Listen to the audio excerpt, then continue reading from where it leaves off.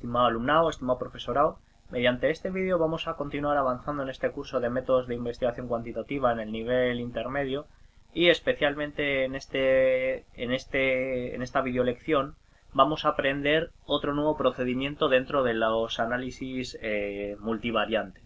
Ya en el vídeo anterior estuvimos viendo un poco más acerca del análisis factorial exploratorio y en este caso vamos a hablar sobre el análisis clúster o el análisis de conglomerados. Cuando hablamos de análisis clúster, un clúster es un grupo o una agrupación de casos o variables que se comportan de una manera similar. El objetivo del análisis clúster es clasificar por cercanía aquellos casos o variables que tienen características muy similares. Este análisis clúster, a diferencia del análisis factorial, permite el empleo de variables no solamente cuantitativas sino también cualitativas. Recordábamos que para poder realizar análisis factoriales exploratorios era necesario que las variables que empleásemos estuviesen puramente en escala, en variables de escala. No obstante, en este tipo de análisis, los análisis clúster, esta condición ya no es obligatoria y se pueden introducir variables cualitativas. Para proceder con un análisis clúster tenemos que conocer que existen dos tipos principales de análisis clúster. Para realizar ambos se proceden por el mismo lado. Vamos a analizar, procedemos por, vamos a ver si lo encontramos, por clasificar, y aquí tenemos las dos opciones principales. La primera opción es el clúster de K-medias y la segunda opción es el clúster jerárquico. La diferencia entre el clúster de K-medias y el clúster jerárquico es que en el clúster de K-medias no sabemos al contrario, en el clúster de K-medias conocemos ya cuántos grupos queremos formar de antemano, es decir, nosotros vamos a darle a SPSS Statistics una serie de variables, una serie de casos y queremos que nos lo agrupe toda esa información en unos grupos determinados, en 5 grupos, en 6 grupos. Entonces, si ese fuese el caso, tendríamos que proceder por el clúster de K-medias. Si por el contrario queremos dejar libertad a SPSS para que en función de la información que nosotros le otorguemos nos seleccione cuál es el punto más óptimo, entonces emplearíamos el clúster jerárquico. Vamos a comenzar nosotros explicando el clúster jerárquico. Para ello vamos a hacer clic en analizar, clasificar, clúster jerárquico, y aquí ya hemos pasado las variables que queremos introducir en nuestro modelo. En este caso tenemos que decir también que una de las peculiaridades que tiene el análisis clúster es que además de permitirnos separar o diferenciar variables unas de otras, nos va a permitir también separar casos. Esta es tal vez una de las peculiaridades más importantes del análisis clúster. Nos va a permitir realizar agrupaciones de personas que poseen unas mismas características. En este caso, estamos estudiando en una investigación respecto al rendimiento académico, la motivación y el nivel económico, ¿no? En este caso se pregunta más concretamente a cada encuestado sobre su sexo, sobre el nivel socioeconómico, y esta variable está codificada del siguiente modo. Está codificado en nivel socioeconómico bajo medio o nivel socioeconómico medio alto. La motivación también se les pide y esta se codifica en el 1 para una motivación baja, el 2 para una motivación media y el 3 para una motivación alta. Y finalmente el rendimiento académico que se mide en una escala del 1 al 10. En este caso vamos a ver qué grupos de personas se forman en función de su motivación, su rendimiento académico y su nivel socioeconómico. Aquí tenemos que seleccionar el clúster por casos, porque en este caso lo que nos va a interesar va a ser realizar grupos de personas, no grupos de variables. En este caso si seleccionásemos variables, en este caso estaríamos realizando el análogo del análisis factorial exploratorio, pero con variables cualitativas también. En este caso, nosotros como no queremos realizar un tipo de análisis factorial, sino que queremos clasificar a los casos, a los sujetos en función de sus características, seleccionamos casos. Hemos introducido motivación, rendimiento y nivel socioeconómico, como decimos.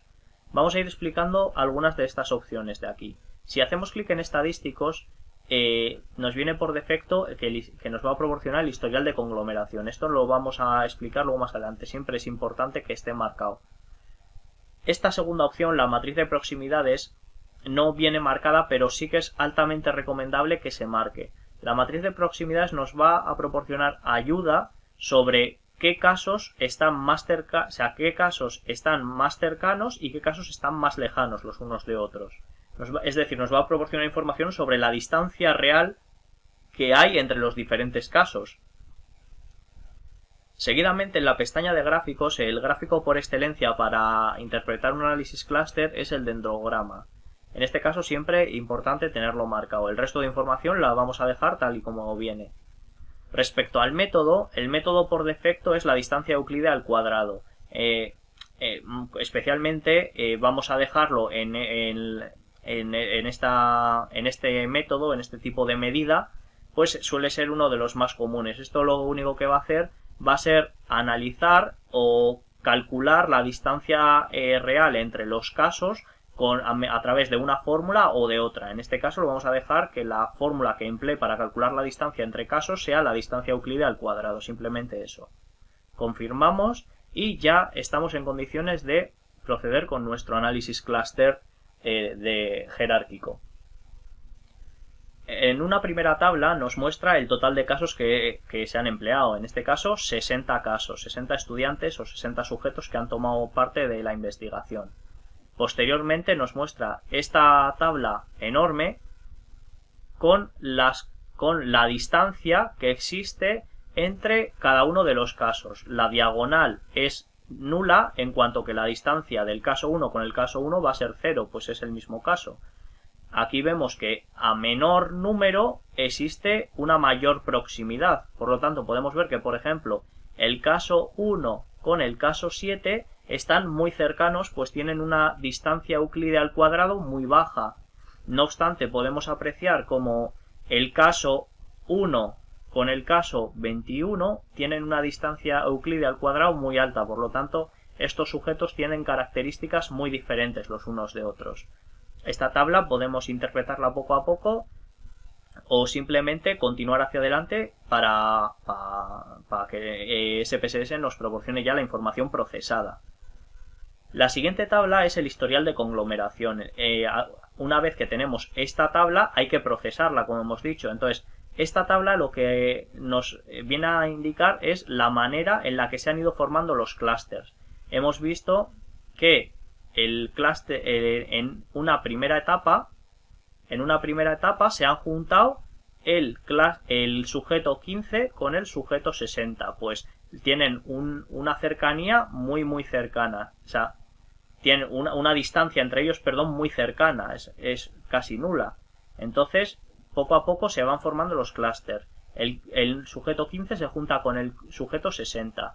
Y luego nos dice que la etapa siguiente es la 56, por lo tanto pues, tendríamos que ir a la etapa 56 y vemos que posteriormente es el 4 con el 15. Aquí habíamos hecho 15 con 60, el sujeto 15 con el sujeto 60, nos pide que vayamos a la etapa 56 y aquí vemos que ya es el 4, el 15 y el 60. Ya hay 3 casos, el 4, el 15 y el 60. Pues así nos va explicando poco a poco cómo se han ido formando los grupos. Este gráfico de aquí no lo vamos a interpretar, pues no es más complejo de interpretar, pero el que sí que resulta de alto interés es este dendrograma. Lo vamos a analizar mejor en este punto de aquí. Este es el dendrograma que hemos obtenido. Vemos que tenemos una serie de casos. Aquí tenemos el total de casos ordenados. El caso más bajo lo tenemos abajo del todo. Y mientras vamos subiendo, llegamos al número 60, que es el último caso. Aquí en el eje X tenemos la distancia. Mientras más tendamos a ir hacia la derecha, significa que la distancia que hay entre los grupos es mayor. Y cada uno de estos números es el número del sujeto o el número del entrevistado. Mientras más cerca estén entre ellos, es decir, mientras más hacia la izquierda sea su relación, significa que su distancia es mucho más cercana. De este modo podemos ver que el sujeto 15 tiene unas características similares a las del sujeto 60 y que a un poco más de distancia vemos que aquí se junta con este otro grupito de aquí. Es decir, que el 15 y el 60 lo podríamos agrupar también con el caso 22, 51, 13, 58, 9, 54, 30, 44 y 4. Y que aún a un poco más de distancia, vemos aquí cómo se une este grupo, a través de aquí. Vemos cómo esto se une con este otro bloque que se forma aquí.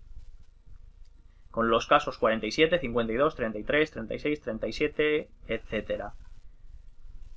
Vemos que aquí tenemos otro grupo y finalmente en azul veríamos otro grupo. Realmente este tipo de análisis es algo criticable en cuanto que el punto de corte es más subjetivo de seleccionar. Aquí nosotros a la hora de establecer los grupos tenemos que elegir claramente en qué punto vamos a realizar el corte para formar los grupos. En este caso la línea morada sería el corte, donde estamos diciendo qué casos vamos a aceptar, es decir, aquí, una vez que hemos hecho este corte aquí, ya todos los casos que están en este grupo formarían un clúster. Seguidamente aquí habría otro corte y todos los casos que forman todos los casos que forman este grupo formarían otro clúster y en último lugar aquí habría otro corte y todos los casos que forman este grupo se crearía otro clúster. Y si por cualquier motivo decidiésemos mover esta línea morada aquí adelante al valor 10, si moviésemos la línea morada al valor 10, veríamos que el grupo rojo se juntaría con el grupo verde y por lo tanto solamente hablaríamos de dos clústeres. Hablaríamos del clúster rojo y verde y por otra parte el clúster azul. No obstante, hay que ser un poco sensatos y ver en qué punto ya empiezan a distanciarse considerablemente de la parte izquierda, que es donde están todos los casos. En este caso hemos diferenciado perfectamente los tres clústeres. Eso respecto al análisis clúster jerárquico. Pero tenemos que recordar que además del análisis clúster jerárquico tenemos otro tipo de análisis clúster, el análisis clúster de K-medias o el análisis clúster no jerárquico también conocido. Para ello procedemos por analizar, clasificar y clúster de K-medias. Aquí volvemos a pasar nuestras variables, las mismas, en este caso vamos a emplear el mismo ejemplo, las mismas variables al grupo de variables y vamos a seleccionar el número de clústeres, la cantidad de clústeres o grupos que queremos que se formen. Esto solamente para aquellos casos en los que ya de antemano conozcamos que queremos que se formen un total de 4 grupos por su cercanía, o un total de 5 grupos, un total de 6 grupos. En este caso nosotros vamos a seleccionar que se formen 3 grupos, porque creemos ya que se pueden formar esos 3 grupos perfectamente, y simplemente aquí es más sencillo, pulsamos en aceptar. En este momento ya nos ha proporcionado toda la información que necesitamos para los clústeres. En esta primera tabla nos muestra cuáles eran los centros de los clústeres iniciales. Podríamos entender los centros como la media. Vemos que la primera clasificación que ha hecho de los clústeres, de estos 3 clústeres, serían el clúster número 1, el grupo número 1 tendría estas características. Veríamos que el grupo número 1 tiene un nivel socioeconómico de 1, es decir, de bajo medio, una motivación baja y un rendimiento bajo. Recordemos que el rendimiento lo estamos midiendo como máximo 10. Entonces un 4 de 10 sería un suspenso, un rendimiento bajo. Por otra parte, el clúster número 2 ya tendría un nivel socioeconómico medio alto, una motivación media y un rendimiento algo más alto que en el grupo anterior. Y finalmente en el clúster número 3 las características que tendrían serían personas de nivel socioeconómico medio alto con una motivación alta y un rendimiento muy alto. No obstante, estos son los clústeres iniciales. Todavía tiene que realizarse una serie de iteraciones para ver cuál es el punto final cuál es el punto final o las características finales de cada clúster. Aquí se muestra el historial de iteraciones que, si vemos, se realiza hasta un máximo de 10 iteraciones o, en su defecto, hasta que llega a obtenerse un valor de 0,00. En este caso hemos visto que para el clúster 1 se han realizado 2 iteraciones y en la tercera ya se ha parado. Para el caso del clúster 2 se han necesitado otras 2 iteraciones y se ha parado. Y finalmente para formar el clúster 3 solamente se ha necesitado una iteración y ya se ha parado. Vemos que van decreciendo el valor de cada clúster, ¿no? El historial de iteraciones. Después, esto sería como el análogo de la rotación del análisis factorial, las iteraciones, ¿no? En este caso vemos que ha sufrido algunas modificaciones los clústeres finales respecto a los clústeres iniciales. Vemos que para el clúster número 1, los clústeres finales, para el clúster número 1, el nivel socioeconómico se sigue manteniendo igual, se sigue siendo un nivel socioeconómico bajo o medio. La motivación sí que ha aumentado un poco, de 1 ha pasado a 1,18, sigue siendo una motivación baja. Y el rendimiento ha aumentado también un poco, ha pasado de un 4 a un 5,08. Por lo tanto, el clúster número 1 serían las personas que tuviesen características muy similares a estas. Es decir, las personas del grupo 1 serían personas con un nivel socioeconómico bajo-medio, con una motivación baja y un rendimiento académico de suficiente. Posteriormente, el clúster 2 también se ha visto modificado en parte. Vemos que el nivel socioeconómico ha bajado algo más de medio punto, la motivación se ha mantenido bastante estable y el rendimiento académico también se ha mantenido bastante estable. Diríamos, tras haber realizado estas iteraciones, que el clúster número 2 estaría formado por personas de un nivel socioeconómico medio, bastante medio, porque se encuentra entre medio y alto, pues diríamos que es medio, una motivación media también y un rendimiento académico en torno al bien. Finalmente, el clúster número 3 apenas ha cambiado en cuanto que el nivel socioeconómico se mantiene igual, la motivación ha descendido un poco y el rendimiento académico sí que ha descendido un poco más en torno a medio punto. Por lo tanto, el clúster número 3 estaría formado por personas de un nivel socioeconómico medio alto, con una motivación alta y un rendimiento de sobresaliente. Estas serían las características de cada uno de los clústeres. Finalmente, SPSS nos proporciona cuáles son el número de casos por el que ha quedado constituido cada clúster.